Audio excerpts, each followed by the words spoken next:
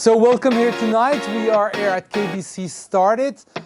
It's an incubator, it's an accelerator. This is a place for entrepreneurs, dedicated for entrepreneurs by KBC. So it means that something's going to happen here.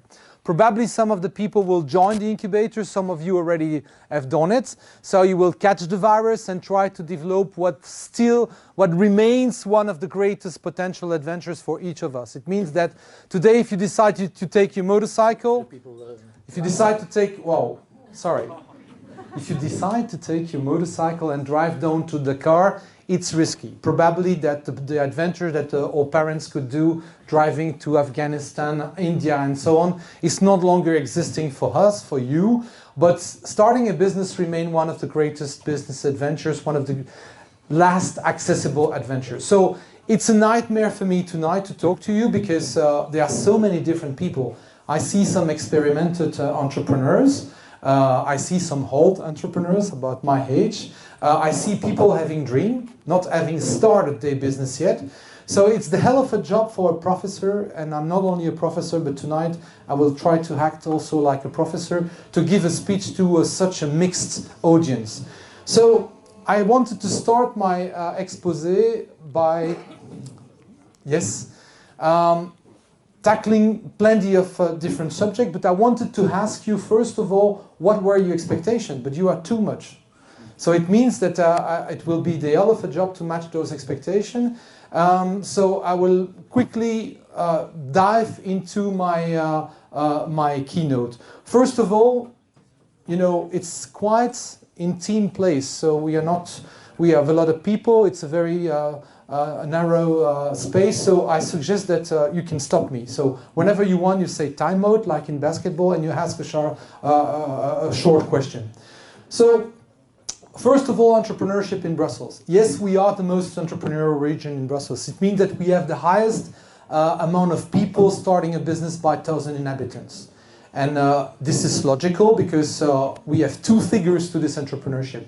Part of the people creating the business create their own job. So we have this entrepreneurship by necessity. On the other hand, a lot of people are creating a job by opportunity because Brussels is very rich. Rich because there are plenty of companies located in Brussels, and those companies are potential clients. I was the chairman of the Microsoft Innovation Center in Brussels. And many people came to Brussels from Flanders and from Walloon because they were interested to start their business in Brussels, to be next to their great clients. Headquarters for large companies, sales and service division from large companies, those were potential clients. And of course, at Microsoft, those people were interested to sell a solution to those kind of customers. Taking advantage of the academic presence is also something important. A lot of people are studying in Brussels and then creating their enterprise in Brussels. Large enterprise, I talk about it. Dual side of Brussels entrepreneurship, yes. Plenty of people are creating their own job because they cannot have access to the work market. It means that they cannot answer to advertisement about a potential job for many good and bad reasons. Entrepreneurship by the sectors, what is booming in Brussels today is clearly the IT sector. We never had so many creation in the IT sector, and the IT sector is so diverse and evaluating so fast that it's really tough. We launched a software cluster in Brussels. In the beginning we had about 80 members. Today we have more than 200 active members participating on a regular basis to the cluster activities. On the other hand, we see also the emergence of a quality entrepreneurship in the health sector. We have a cluster Life Tech, and we see a great convergence between the two sectors, between the IC sector and the Life Tech. We are not competing like Flanders and Wallonia on the biotech sector. We don't have the money in Brussels to do biotech companies, but we try to be present in all the environments of the biotech. It means regulation, clinical trials, medical device, and so on. And at this level, we see a great convergence between IT and between health. But also, we have the development of some interesting activities in the social network around chronic diseases, for example, community of patients. And yes, some of you will tell us, yes, you have a lot of creation, but you have a lot of bankruptcy. Yes, indeed, if you create more enterprises, Of course, you have some of those creations that are not succeeding, and of course there are some bankruptcy, but we still have a stock of companies growing. So the situation is quite good, despite the fact, I don't know if there is somebody from de Financiële Economische Tijd, but I remember calling once the Financiële Economische Tijd with great results. Ik was zo fier van mijn resultaat over de nieuwe startend bedrijf in Brussel. And I got the answer van de Financiële Economische Tijd, ondernemerschap in Brussel interesseert ons niet.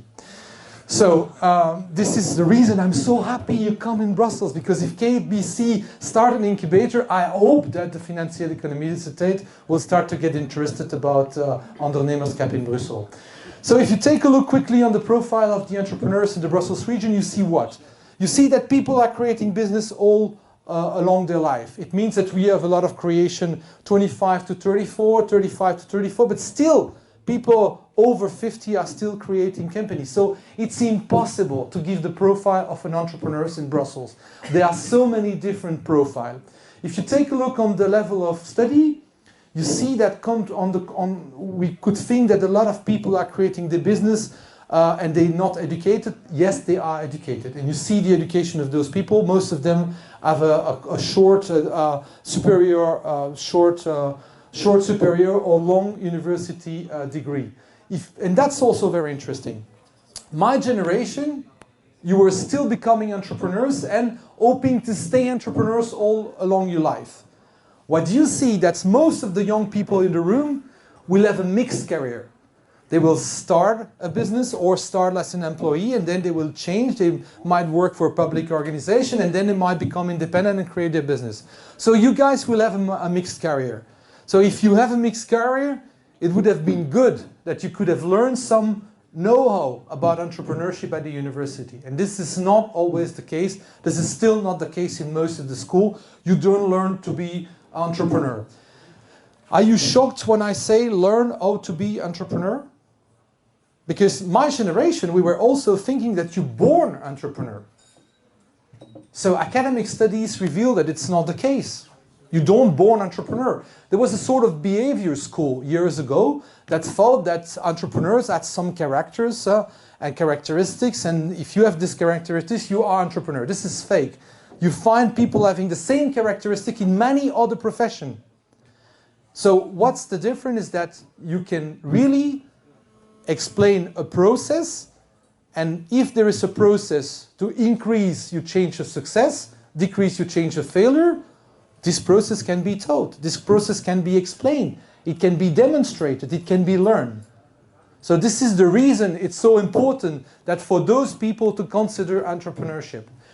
Another interesting thing, and I want to come back to what happened on school, is that you can see that when you ask a 7-year-old kid, and when you do studies about a 7-year-old kid, you, for example, go and ask him, can I get rid of this mic because it's horrible?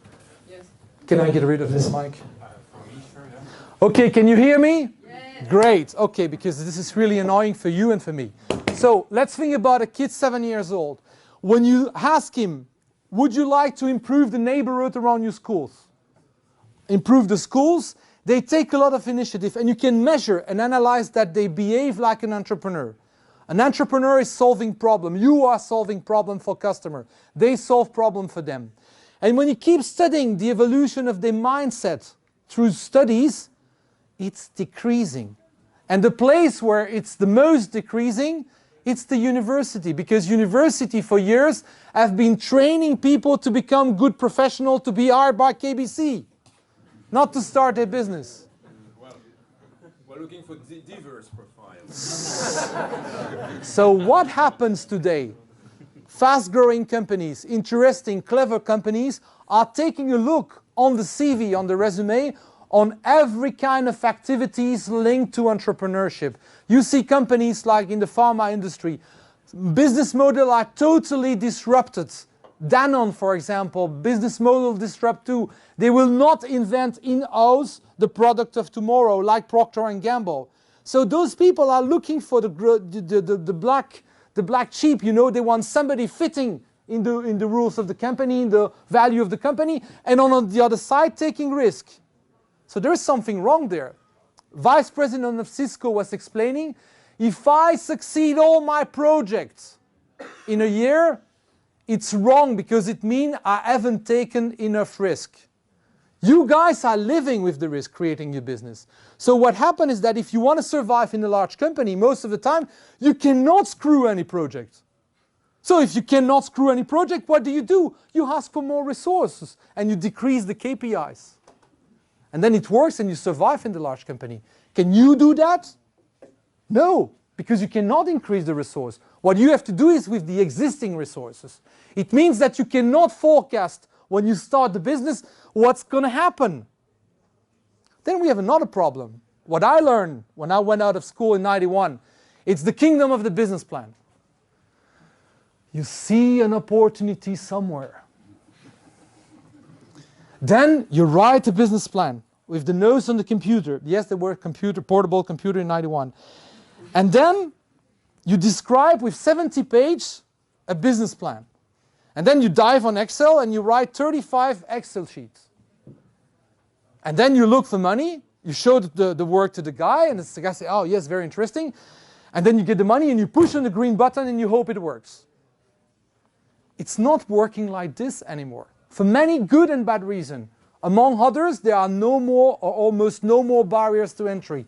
My generation, you still had the barriers to entry of the production, of the technology and so on. Today, somebody on a computer can disrupt an existing companies and kick them out of the market. So you cannot see where the burden will come. Rita McGraw, you can take a look on YouTube, she's explaining that there are no more lasting competitive advantage. Most of us, our generation, we have been told that strategy is to find a lasting competitive advantage. Pat knew it's not existing anymore. So what can we do if Michael Porter is not right anymore? Come on, we have all said Michael Porter is God. So of course, we have to think differently. We also have to use different tools. It means that we cannot use anymore the business plan. Why? Is this guy crazy? He said that I don't have to do a business plan anymore. It's fake, of course. You will not go to the bank if you don't have a business plan. But then what to do if the business plan is not the way to decrease the risk of creating a business? You have to use different tools. This is the reason we invented business model canvas, customer canvas, lean canvas. All those tools to be able to be creative, to iterate, to be able to play. One of the interesting studies I discovered at the University of Trois-Rivières in Quebec is that most of the time when you think about creating a business, consciously or unconsciously, what you do is repeating an existing model. Most of the time this existing model doesn't fit who you are, what the resource you have, and what the markets need. Because one of the common lies you are doing when you come to visit me with a startup project, say, Bruno, my market is so big. Bullshit. The big market is tackled by the existing big player. You just have a chance to tackle a small market that you have to find with unsatisfied people. People are not satisfied with the existing player on the market. And this is a niche. And you must cross fingers and demonstrate the bank that this niche will grow and you will capture this growth. So in this case, you have to recover your free will. Don't be influenced by the existing model. Most of the time, if you tackle a specific market, you must have a specific business model because you have to take a global approach of the project. My generation has been, told with the left brain. We were taught in the left brain, analytical, sequential, typically business plan. You wake up in the morning, you go in your dressing room, and you have a tray. You open a tray, you take a pair of socks, you open a tray, the other tray, and you close it, you take pants and shirt and everything. Okay, if you are a woman, probably that you prefer to remove all the tray, put it on the ground, and make a unique composition to be really good looking. Probably. So this is exactly the difference between the business plan and the business model. You cannot today, with a complex world, with no more lasting competitive advantage, you cannot anymore just play with the business plan. Business plan is killing the creativity. Oosterwalder is explaining that the business plan is intellectual fantasy. And it's normal. The business plan is a fantastic execution tool. If you're in a large company, of course you use the business plan. Why? You know more or less the customer, you have plenty of data in the company. You can put things with sense inside of the business plan. But not when you start a company. So most of the time you will go in there and crunch data on the web. Sometimes you will tell me, Bruno, I bought the market study, you know, and then the market study demonstrates. Most of the time, I rarely have seen a really useful market study. Most of the time, it's not for you. It's not for your market. You can talk about the industry, you can tell me information about the industry, but not about the market segment that you're trying to serve. So use the lean canvas. Use the business model canvas. Please remove your shoes and step in the shoes of the customer you dream to serve. Please try to get rid, don't be in love with the project, don't be in love with the product. Don't talk anymore about product, talk about value proposition in order to force yourself to think value. And if you think value, it's value for whom? It means that you have to know perfectly the customer. What does it mean? Is that you must not only be a good businessman, a good marketing guy, but you really should look how this person is living. You must have the mind of the anthropologist, of the sociologist, to understand what is her problem today, where you can create value for her, tangible value, intangible value, and then that you can deliver or solve the problem for her, that she goes in her pocket and give you money for this. And most of the time, with lack of empathy, I see plenty of people in love with their project, in love with their ID, and not in love with the customer. And those people crunch data, buy market studies, and they never went out of the office. Entrepreneurship is a contact sport, you know it. It means you have to go out of the building, talk to the customer. Steve Blank is explaining that no business plan survives the first contact of the customer. And then we need a cultural change in our minds. I was shocked in the beginning by all the testing, you know. Can we agree that the meta purpose of the business plan, there are three main purposes to the business plan. What are they? First is to decrease the risk. Second is to communicate. Third is to execute. We agree on that? Okay. If we agree that the purpose of the business plan is to decrease the risk, what is better than a business plan? Selling. It means what? Having done it. It means that what you are writing down in your business plan, you already have done it. Two big family of tests. Proof of concept, I can deliver. Proof of business, I can sell. If you are able to demonstrate any kind of investor and the bank that you already have done it, the risk is reduced. Then we can take a look on the way you're going to grow, the way you're going to finance the business, and so on. I'm teaching in the MBA at Solvay. We have great people. They are 35 years old, successful career. They decide to do an MBA. They have an assistant, they have 2 diplomas, and then they come to the business plan, business model course. And they will receive their grade if they pitch in front of investors a business project. And then we don't give too many hours of course, 18 hours of course max. And then we tell them, okay, no go, talk to customer. Wow, talk to customer. They've never done this in their life. And like I was thinking when I was young, arrogant, out of the university, I thought that sales was a degenerated DNA, you know? No, the first salesman inside of the company, it's the CEO, it's the starter himself, it's the entrepreneurs. So this guy has to go out and start to open doors like, you know, the witness of Jehovah in the Sunday morning. Is God existing? Open the door, I want to talk to you. This is exactly what you will have to do. And you are not prepared to do this. And the most educated you are, the less prepared you are to do such an activity with a lot of pleasure. But once again, if you get a chance to talk to a customer, to understand how the customer will use the value proposition, the problem that you are solving, what you will learn will decrease the risk to do a product. The greatest, I had a slide on this, but I think I will never change series my slide. I have a great slide and I will publish it on SlideShare tonight. The first reason of failure for a startup, it's producing something that nobody wants. So how is this possible? It's because we are reluctant to talk to the customer. So do a lot of testing.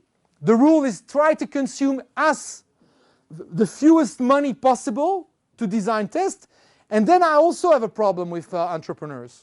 They come to me with the theoretical business plan, and I ask them always one key question. And they want to show me the product in the beginning. Say, no, I don't want to see the product. Well, yeah, but it's fantastic. Look, no, I don't want to see the product. I'm coaching a business project, not a product. Are you a product guys or you are an entrepreneur? If you are an entrepreneur, I want to see the whole project. And then talking with them, they have a very theoretical business plan, and I ask my key question. Can you tell me the deal killer hypothesis in this business plan? Can you tell me the deal killer hypothesis in this business plan? What does this mean? What is in this business plan and as if hypothesis, and if they don't happen, you are dead. Where are those hypotheses? The problem is that most of the time, the people have been working so much on their project, they are victims of cognitive dissonances. It means that they start to think that their hypotheses are facts. And it's very difficult for them to tell me what's going to screw their business if it's not happening. So one of the suggestions I have for people writing down business plan is to write those hypotheses in red. To remember what? That those hypotheses ideally must be tested. If the role of the business plan is to reduce risk, the job is to reduce this risk by testing those deal killer hypotheses. Most of the time, there are between 3 to 5 deal killer hypotheses in a business plan. So at least you should have tested. And most of the time, it's horrible when we spend a little time with those startups, and if they invest a little money, those hypotheses are testable. But the way we have been educated, we don't want to spend 3,000, 4,000, 5,000 euro to test the concept and the business.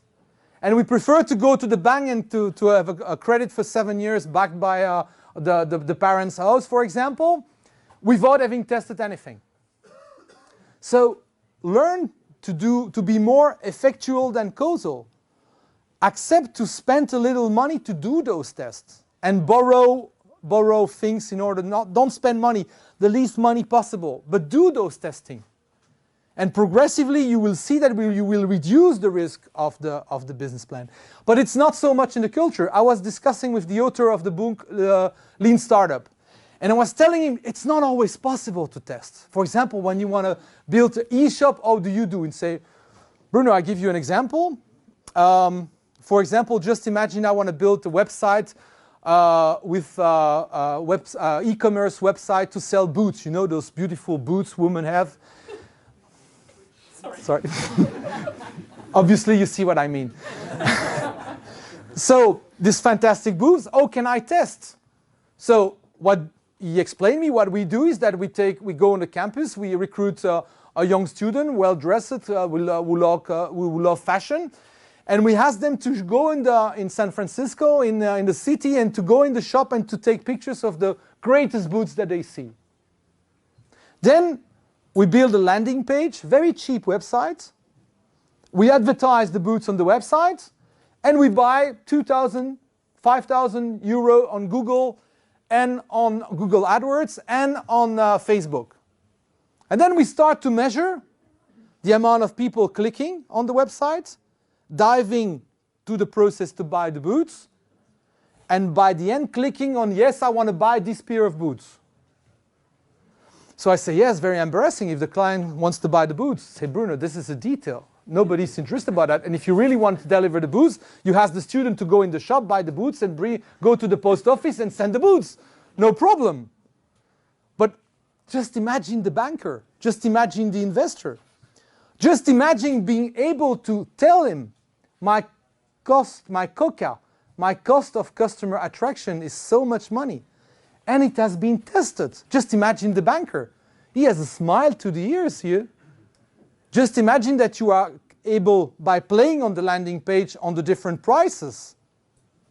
You put a price and then you change 5 minutes after. Every 5 minutes you change the price. If you have enough visits, you can even determine the elasticity of the price. So it means that you can come easily with an ideal price.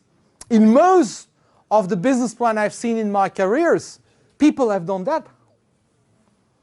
To put a price, or they had a market study, of course, or, and cost of attraction of a customer. For me, it's fundamental. I see fantastic business model, but the people don't have the money enough to last because the cost of attracting a customer is too high.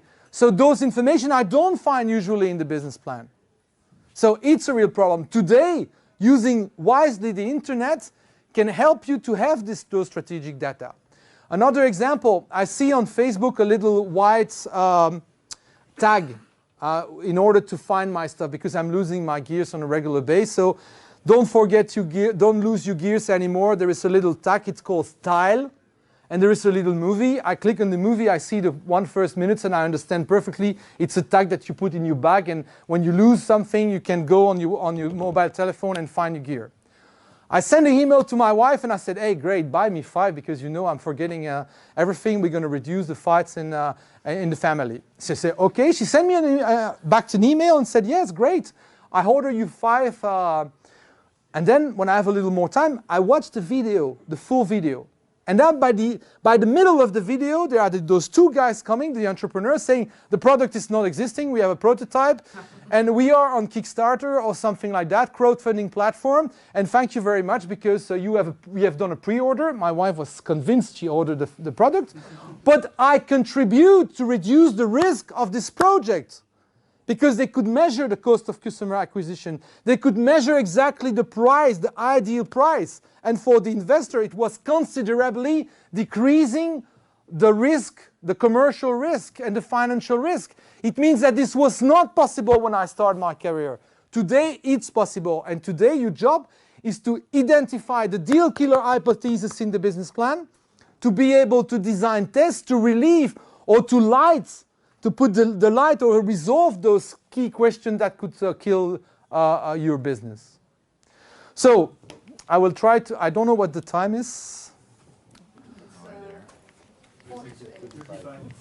So I will pass that and I will go to the, directly to, that's a funny, I had a chance to coach at MIT, Sloan, at the Entrepreneurship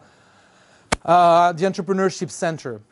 If MIT would be a country, with all the companies and jobs they have created, it would be the 11th largest economy, positioned behind Brazil and ahead of Russia.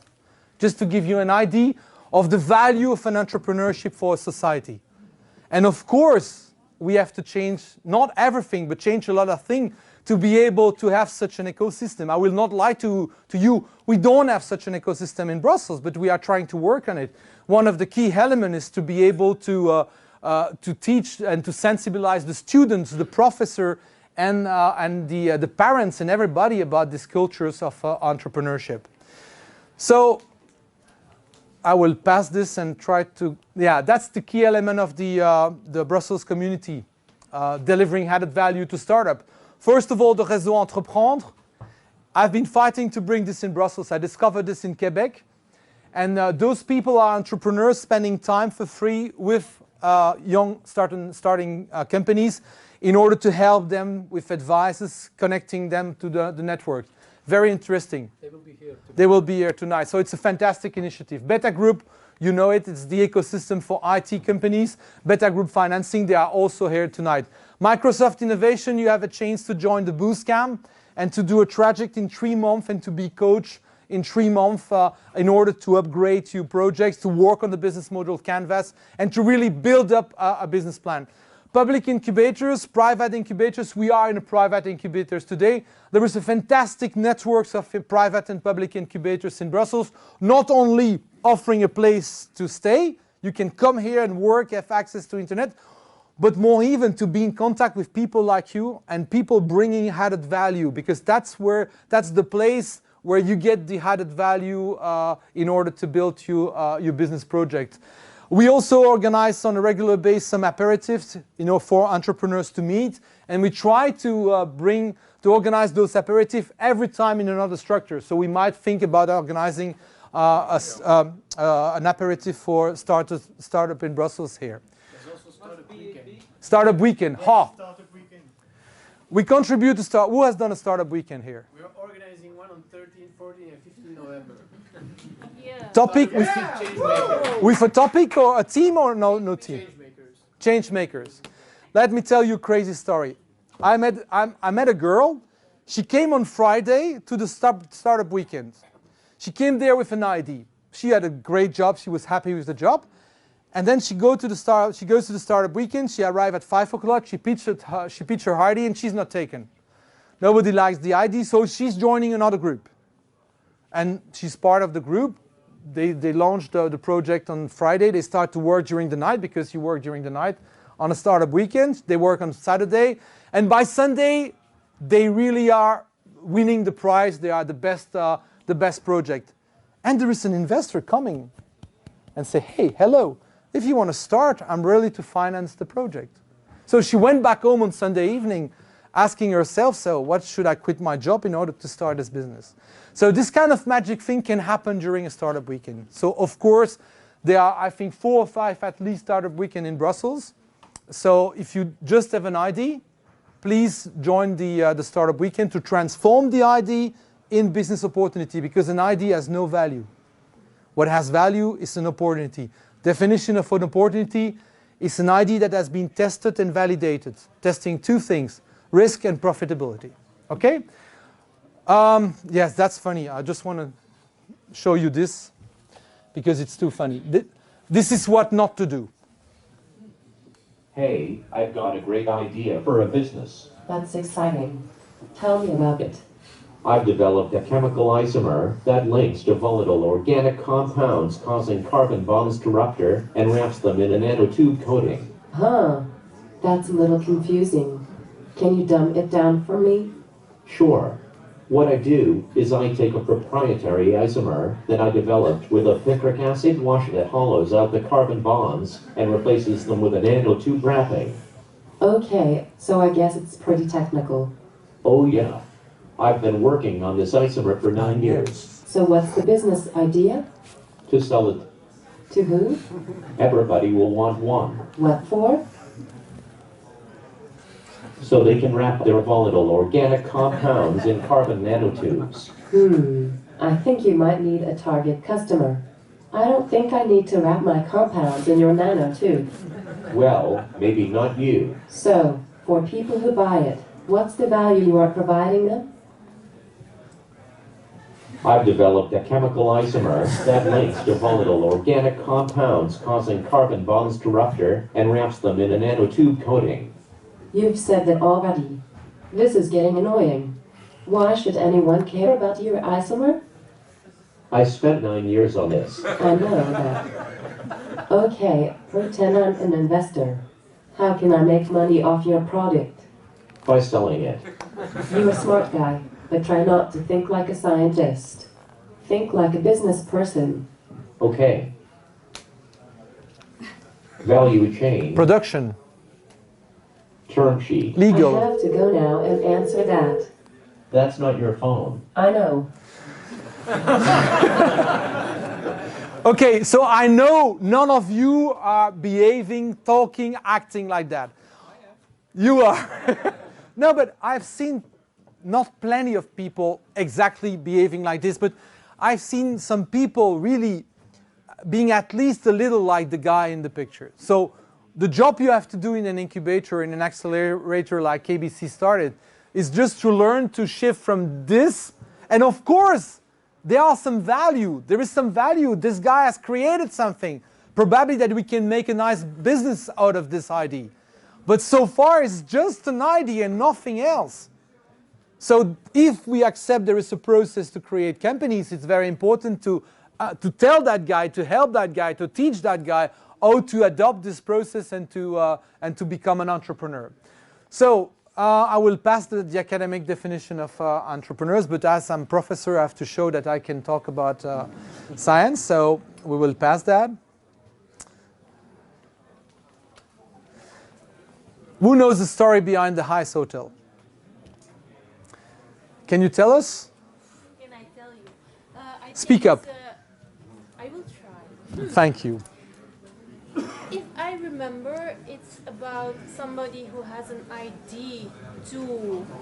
It was something completely different. I don't know what anymore. And then he started with that idea. He changed his idea and another idea, another idea, another idea, and then finally he got to the ice hotel. Exactly. It means that this guy has the very precise projects, very theoretical. I saw, you know, the building a competition of sculptor of ice, and what happened is that the weather is too good, and then everything is melting. So he has to really do what we call a pivot, you know. So it's a very, very nice example. So I will pass that, and I will go to my my conclusion. And oh, by the way, can anybody give me a definition of the startup? From Steve Blank. Finding a scalable business model before you run out of money. What Steve, yeah, pretty close. What Steve is saying, a startup is a temporary organization. What does this mean? It's not because you registered a company that you are already a company. It's a temporary organization searching. It means that you are a scientist in a lab searching a scalable, first of all repeatable and scalable business model. It means that you must behave like a researcher, make hypotheses, try to make a sale, and when you have made your first sale, try to understand why. So it means that you don't open the first bottle of champagne with the first sale. It means that you try to understand how to repeat it, and then when you understand how to repeat it, you try to scale it up. If you found a way to scale it up, then you can say that you are a startup, that you are really a company. Okay? So, set of advice, quickly. Don't overvalue your idea. Idea has no value. Understand the opportunity. An opportunity is an idea that has been tested. Profitability and risk. Make hypotheses and write them in a specific color in order to not to forget its hypothesis, and that huge job of a startup, a potential startup creator, is to validate those hypotheses. Understand the pivot principle. If it doesn't work, pivot. You make an hypothesis, you design a test, you test. If it works, you go ahead. If it doesn't work, you pivot. At Solvay, in the MBA for this course, we give grades if the people have pivot, because it never happens the way they thought in the business plan. Understand the interest and limitation of the business plan. We talk about it. Use modern tool. A surgeon today is not operating a patient like 20 years ago. Don't create a business like 20 years ago with just the business plan. Go out of the building, talk to customer. That's the business model canvas. Use the empathy map. Discover your customer using the empathy map. Use the value proposition canvas. If you haven't seen, type Clayton Christensen and jobs, Clayton Christensen jobs of the milkshake, and understand what are the customer job. It's a funny video, 7 minutes of Clayton Christensen.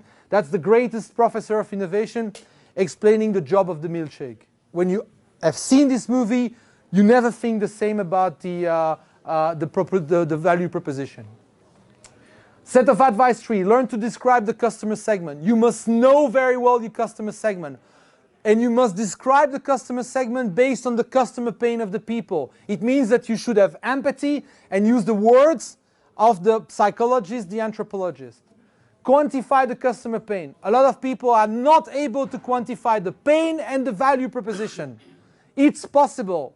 Go back to the book of Chan and Moborn, Blue Ocean Strategy, and it's clearly explained how you can quantify any kind of customer pain. Understand the mechanism of the value proposition, tangible, intangible, quantify the value proposition. Please, don't wait the last moment to learn to pitch. Most of the time the people are pitching by the end of the process. Pitch from the first day, even if you say a lot of bullshit. If the company, if the project is getting better and better, progressing, pitch in the morning in your bathroom. You go in your bathroom, you talk to your partner and explain what you do, because otherwise he or she is going to find you nuts. And learn how to speak about the project, how to tell the storytelling about the business. You know, you will improve the way you are telling story. And the storytelling today is very, very important. Pitch one of the week in front of wise people. Pitch every morning in your bathroom. Collect feedback, ask the right question. Learn from your pitch. The pitch, it's really the best test to see if you have the perfect balance between customer pain, solution, customer segment, business model, competition. I don't have the time to give you a pitch course tonight, and I know you've been pitching this afternoon. If you go on SlideShare, I publish a crash course on pitch. And a pitch is a mathematical equation. Everything must be at the right place.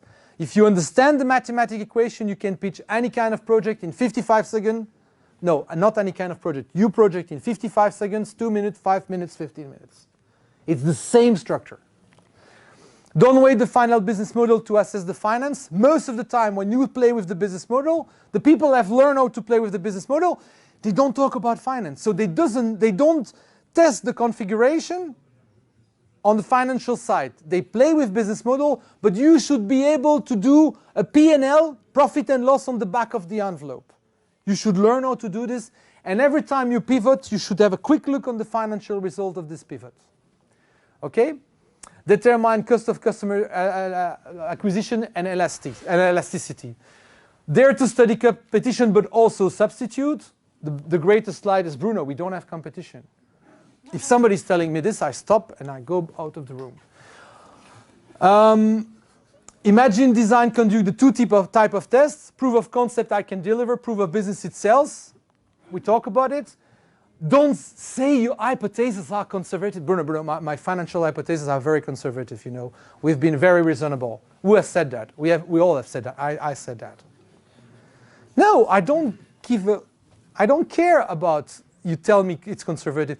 I want to dig in your Excel sheet and see what's behind the cell, and that you explain me where comes the turnover from which commercial strategy, from which investment.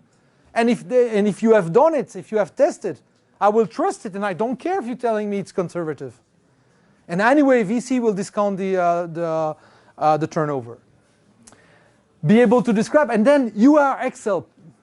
You can play with Excel. So use the sensitivity analysis. Explain that your hypothesis is X, and what happens is if you reach 80% of X, that's the effect on the Excel, and you have a B plan. That's what we like to hear. Plan some clear milestone with clear objectives to achieve. Determine financing needs for each stage. Search for the right mix of financing. Know exactly what you need and when. Don't forget the definition of enterprise. And that's the final rule. And we will close with this. That's the rule of the startup. I have a friend. His name is Carl. Carl has a lot of money. He has deep pockets. And Carl can make any kind of business project here in the room successful. Because Carl will finance the project. We'll test if it fails. We're clever, we will change the strategy, change the positioning, change the market segment. Do you have wide pockets? Probably not. So fail fast, fail rough, fail cheap, and learn from your mistake. Never make the mistake twice. Don't have the time for this, how to pitch. So this is the chart I wanted to show you. Top 10 startup mistakes. Building something nobody wants. Some references. Steve Blank. 1819 is the number of the telephone number and website of the entrepreneurs in Brussels. I'm doing my advertisement. This is the public agency in Brussels. We have the cluster, probably that you belongs to one of the sector where we have clustering, software, health, multimedia, eco-construction, eco-bow. And then there are plenty of other structures to discover inside of the 1890. Okay, I think I've been a little over time. I was about to take questions, but I think it's not the time for question. We're going to have the question in front of a beer. Thank you very much. Thank you very much.